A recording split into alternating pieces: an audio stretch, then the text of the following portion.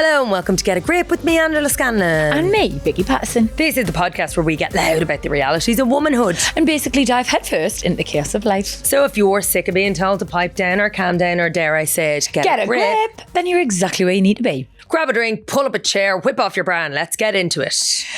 How you doing, chickpea? Fucking sweating me tits off, fat as butt and full of hell. But we love you like this. It's just... This is you fucking in your shit. favourite mode. Oh. Me, my favourite mode of you. Yeah, I am not having a good time. We get, like, that's a doorbell. And it's somebody presumably bringing another delivery. Is it a doorbell? Yeah, I think so. Why not? I think every time the doorbell rings, what's happening? I thought it was like a jingle, like a ding ding. It's not a doorbell. But listen, That's it. is that what that was? That's another vape for Vicky. There's Mars bars. Excuse me? Not Mars bars. There's not even a fucking bell. Okay, I thought it was a bell. Europe. It sounded like a bell. It's been a long month. It's been a long year. That's what I feel like. And also what nobody really warns you about is that the end of the summer or the beginning of the summer means the end of the year. Help. Okay, no, help. I Like think school, okay? Toddlers crying about the last day in forest school and big kids having a band practice and a bloody dance recital and moving up classes and meeting new teachers and parents' drinks and all of the things. And I honestly, this is before I even get out of bed. Okay, so I'm getting that you're overwhelmed and that the end of the school year comes with a lot of things like sports days and... I miss sports day. Do you want, Roy did well. Yeah. Do you want to talk about it? No. Because here's the thing. You realise, okay, I work for myself. Mm-hmm. I'm anticipating and working towards a holiday at the end of the week. Yeah. But that comes with sacrifice. So I'm like doing all of the things so that all I can have time off. But it happens to coincide with like the wrapping up of. So...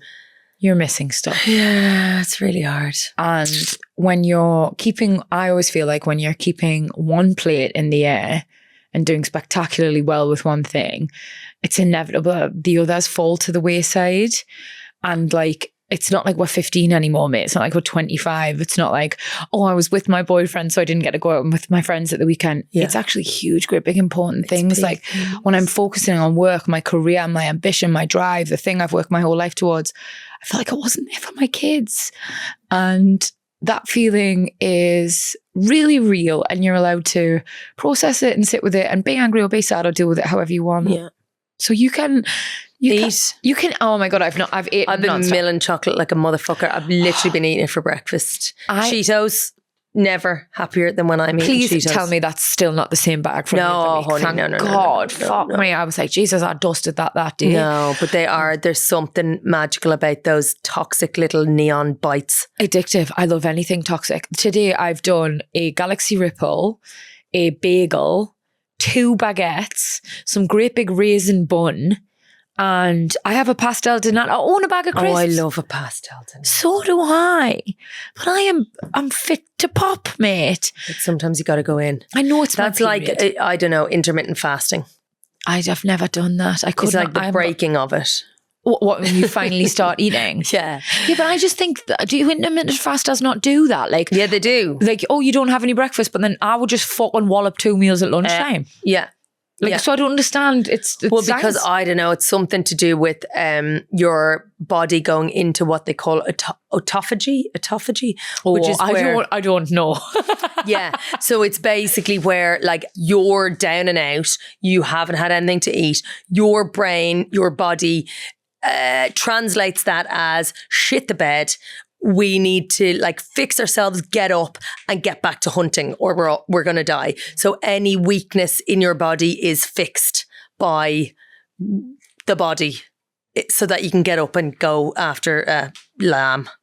Never mind history, and I feel like there's a science show in your future, if I'm honest. It breaks down old, damaged or abnormal cellular parts and recycles them into new healthy components. So, which is exactly what I said in layman's terms, which is if you have a broken ankle and you get into full fast mode, your body recognizes that you're in danger of starving to death because you haven't eaten. Therefore, we must fix your ankle so you can get up off your hole and go find a deer. Oh, don't. Oh, no, don't fucking start crying now.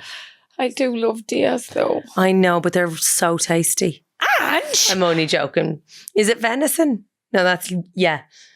Look, I'm not into venison. I just did it to be a bitch. I'm so sorry. Shall we move on? After the break, I am keen to talk to you about these new loneliness influencers. Oh, I wish I was lonely. If you fucking I haven't keep been acting lonely. like this, Ange, you will be. Bitch. What in the world's been going on? Who's in the right? Who's in the wrong? Since last Thursday. What have I missed? Take it away, Ange. What in the world has been going on? You know, just as I sang that, I realized how like bruised my jaw feels. I had a massage last night. What a treat. I was like, oh my God, my body's in bits. My neck is crumpled. And then I said to her, Rachel, unbelievable woman. Listen, a lot of tension in the old jaw today. TMJ. I carry it there as well. I grind my teeth. Oh my God, I clamp like a mofo. Yeah. Do you also hunch your shoulders too? Everything, it's all Yeah. connected. Like a little gremlin. I'm always so embarrassed when I get a massage and they get to me shoulders and they're like, oh, lots of tension there. And Trying I'm to push them down like, yeah, just leave it. This is who I am. I'm shaped like a croissant. Just fuck off. just leave me alone. Just No, leave actually, me just straighten me out, iron me out with a fucking rolling pin. That's what I felt like last night. And I said to her, get stuck in. And she said, do you want me to have a go at the old jaw? And I thought, oh my God, I really just expected like a moment of holistic healing. And I swear to Jesus, she had her paws in my mouth. No, I'm sorry. That's Going open. And I was like that, oh! And she had like sticking very little thumbs, strong like bull. But in she went. She's like little fingers up there in like holes that exist in somewhere there. And like pulling it out to try and create space. She's like, close. Oh! Like honestly, I felt like it was an extraction. Huh, she put her fingers in your mouth. Yeah. That's Like, a but not in a violation. buccal. So there's buccal massage, which I have talked waxily about previously, and that it's gorgeous. It's like a gentler kind of massage of tension. No, not she's that. like, oh, this is trauma release. Trauma release. I was like, babe, it's fucking Wednesday. Leave me alone. Yeah. And so she put her little paws in my mouth, and it was awful. Do you feel violated today? I feel genuinely like I didn't sleep at all. Afterwards, I was like, oh my God, my face feels so soft. Like I hadn't felt, because usually I have like a jaw that's pulsating almost with tension. But oh my God, it was so painful. But apparently trauma release, we hold so much trauma and memory in our jaws. That's mad. was I didn't wild. even know that.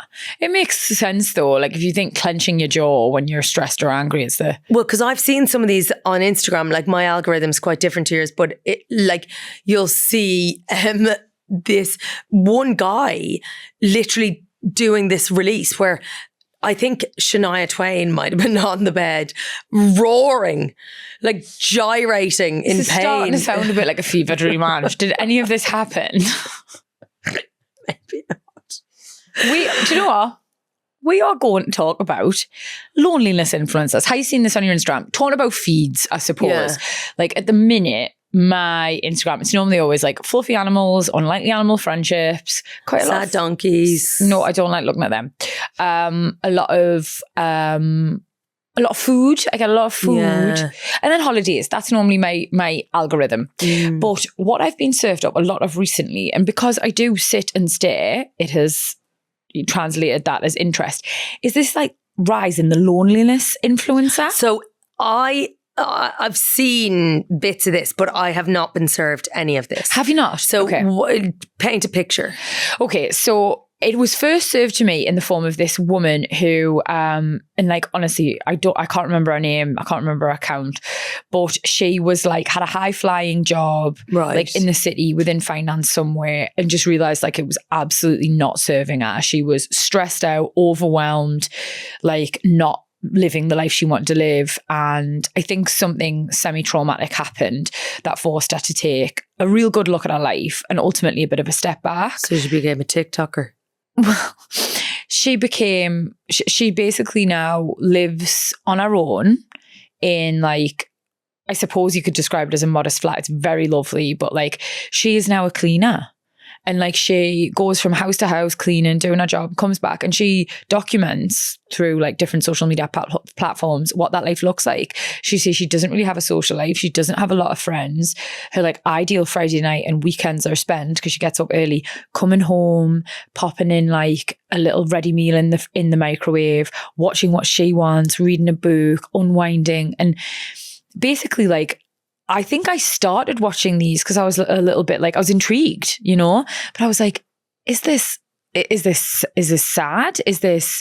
Should I feel It's like slow canal boating. Yeah. Like, what am I watching here? And honestly, I ended up feeling quite, not what I expected, but like quite jealous, I suppose. I feel jealous. Yeah, I felt quite jealous. Like, and I was like, I don't know if that's what I'm meant to be feeling. If like being on your own and this level of quiet, if that's meant to be aspirational, like it's being packaged as loneliness. But this to me, like microwave lasagna. But babe, on your own. It sort of looked like heaven. Freedom. Yeah. And like, if you think like we are doing 1,000,001 things every day, like rushing from one thing to the next, being everything everyone else needs. And quite frankly, what we need, what we want is often completely forgotten and redundant. And there's something about these women, it's not just this one, there's so many of them now, coming home and like prioritizing their piece, doing what they want, watching Below Deck, eating the frozen lasagna. Like this feels, actually advocating to be on their own. Something felt really powerful about it. But also it's kind of like sloth mode, right? It's like you put on your Oodie. Oodie? Oodie. Oodie? Do you know Erkan did a photo shoot for an Oodie once? And it's ended up on Amazon. People still send us the pictures of him in the Oodie. See if I can find it for you. Do you know where I went to, Sarah, when you said it's still on eBay?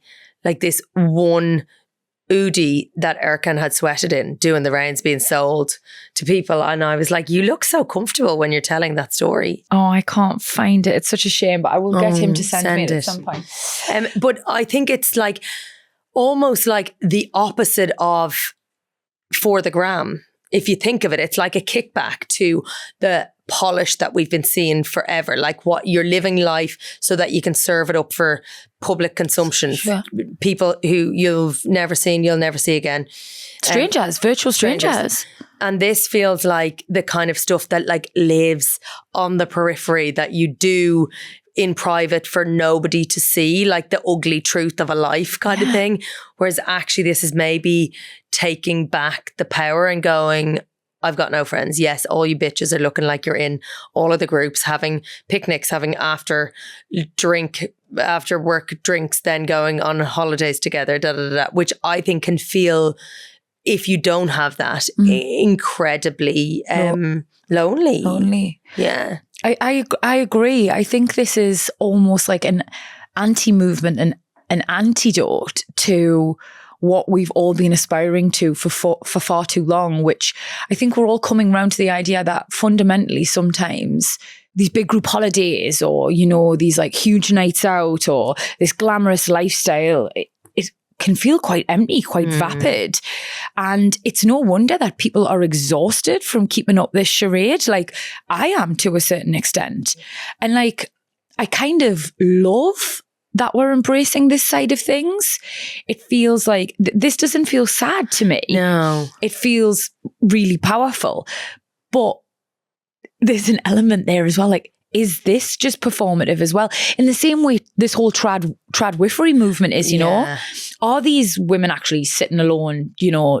Do they not have like exciting social lives outside of it? Or have they just realized this is an area of social media that they can capitalize on, that they can market? Well, because it happens to coincide with like research that suggests that 82% of UK adults have experienced loneliness, which again, I think is something that's only recently come to light. We've always associated loneliness with elderly people who have kind of, you know, lost partners, kids have up and gone, whatever. Their lives are smaller and you sort of expect that. Yeah, there's like isolation that comes with age, unfortunately, in this country. But that idea that people are lonely, like that we can feel loneliness and that we can admit to it, because I think it often is quite a stigmatized thing. It's like, you're lonely, what are you talking about? Do you have no friends? And I think we've, you know, spoken about group chats and group holidays, and we've had people in comments, gagglers, who have been like, I don't have that group of friends that I can go on holidays with. I don't have a group of friends that I can go out with. And I think people are now openly saying, I've moved to a city. I found it really hard to connect with people. It is increasingly difficult to connect on a human level with people, although you feel so connected in other ways. Like, and you know, if you look at some of these loneliness influencers, mate, that is a lot of the things you've just mentioned is a lot of the things they sort of like focus on. They preface almost in like the things. It's like, I moved to a new city for my job and I've got no friends. So come with me and spend a lonely Friday evening in New York City. This is what a Friday night looks like when you're on your own. And you've got no friends and stuff like that. And I think about women's lives and like, it's very transitional. You know, and it's not always easy to find your tribe and be in the same place. Like I'm about to be in my 40s, mate, and I look at my group of friends, right? I've got lasses who are like still going out every weekend. Like maybe they've not found that right one, or they've just come out of like a relationship that wasn't right and they're finding themselves again. They're trawling for tail in the big market. Do you know what I mean? And then I've got lasses who are married, who've got the kids and they do the football at the weekends, the gymnastics, and they're very settled and they're very well. And then I've also got women on the other side of it who've got divorced and are finding their feet again. And it feels like that we're all in such different spaces in our lives. Like, you can see how women can feel lonely.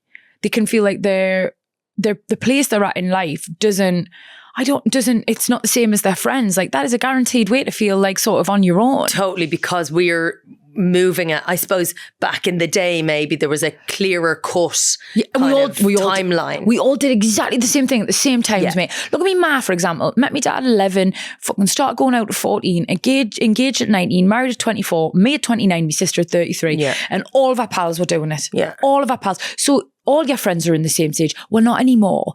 And like, I think that has a real profound effect on your friendships, being in very different places. Like me and my mates will really have to struggle and make a real effort to relate to everybody's different. And I wonder if that's the thing, is the effort. Like if these loneliness influencers are actually romanticizing loneliness, which of course spending time alone is divine if you have it as if it does feel like a luxury, particularly I imagine for parents at the moment.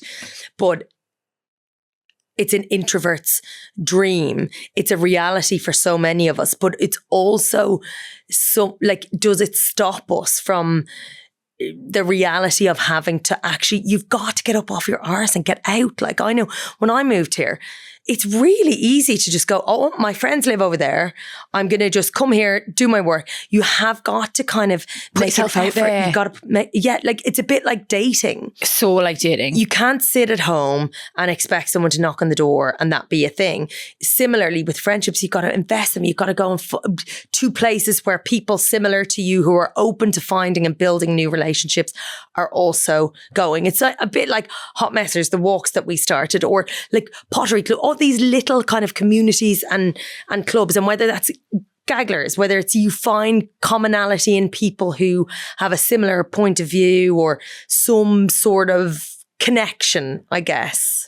I think the overriding feeling about this for me is when I first was exposed to this whole loneliness influencers movement is that I felt like I should feel sorry for these women. That's what I felt like should happen. And actually, I ended up feeling loads of other different things. Like I felt envy for a split second because I never have a minute to myself. And like you say, being on your own, choosing what you do, focusing solely on yourself, just living for you, it feels like a luxury. But then also I felt like an element of like is this performative? Is this really how they're living? Or are we just falling into another trad wife movement and they're not really doing it? And finally, I felt like this should galvanize people to a certain extent. Two things can exist. You can have those lovely at-home moments and live for yourself, and you don't have to be dating some knobhead, you know? You don't have to be out every night. You can enjoy your own company, and there's real power in that. But also don't forget what life is about, and that is human connection. It is female friendships. It's romantic moments. It's all of these things. And I think don't allow this movement that looks really delicious and tempting on the surface to stop you having these great experiences, or to give up on, to allow you to give up on the potential for those. Yeah. Some of I know some people, mate, right, in their like 40s, and there's a sense of like, and I think because the dating landscape and the everything and friendships, it's all just changed so much, hasn't it? We used to go out to bars and meet people, and we used to, you know, everything was so life out loud. And now because it's all online, it's a real transition. And I think it takes a second to get used to it. And it's funny, like I always notice they seem very set in their ways, how they want to do things, when they want to do things, everything on their terms. And I think if you allow too much of that, you can end up quite lonely and it not being in a performative sense. And I worry about that, because if there's a male loneliness epidemic, there's got to be a female loneliness one, surely. Yeah.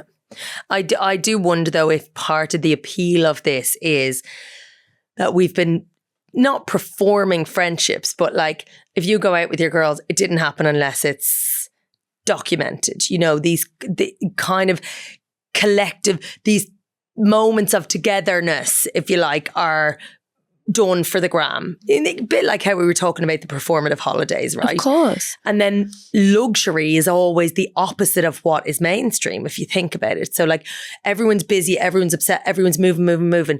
So the current luxury is to be offline, to be actually afforded the luxury of being offline, where you do not have to share any of your bullshit, because actually you're living on a fucking farm in your bare feet. Yeah. Calving. But you always just crave what you haven't got, don't you? And so we've been force-fed this narrative for so long that success is people around you 24/7. Being on the go, glamorous nights out, being surrounded by people. That is success. Yeah. And actually, I think it's quite nice that there's this rise of this other alternative, which is just less performative, all about you and what you need, and very peaceful. And a microwave meal on a Friday night, which has the depiction of like Bridget Jones, sad woman, blah, blah, blah. Like the worst, bleak almost, but like glorious. Honestly, I'm fucking like it's full basic bitch. And I maybe think that's the thing. You're like, actually, I don't want all the shiny, filtered bullshit that's a bit hollow and empty. I quite like to just go home and have a fucking chicken curry in the microwave. I think this movement, slothing, loneliness, whatever you want to call it, like I think it has value. Like bed rotting. Oh mate, I fucking love bed rotting. Do you know my favourite thing if I ever get a day off is to just have nothing and to just not move from the sofa. Divine. But you know what? Erkan always feels the need to be his most productive on those fucking days. And I think leave it out, put your hoodie on and fuck off. Yeah, I think it's on purpose. It is. It is. It's to drive you mad. I wish I was fucking lonelier. You and me both. So, okay, I'm going home. I need to get a microwave first. That's the truth of it. Do you not have a microwave? No. Do you have an air fryer? Oh, hell yeah, babes. I need to get sponsored by air fryer. I got an air fryer. We're all fucking living in an air fryer at the minute. I got an air fryer. I don't know whether I've shared this with you, but my granny gave me my air fryer. Was it like hers, or did she buy you it? No, she passed away when I was 7.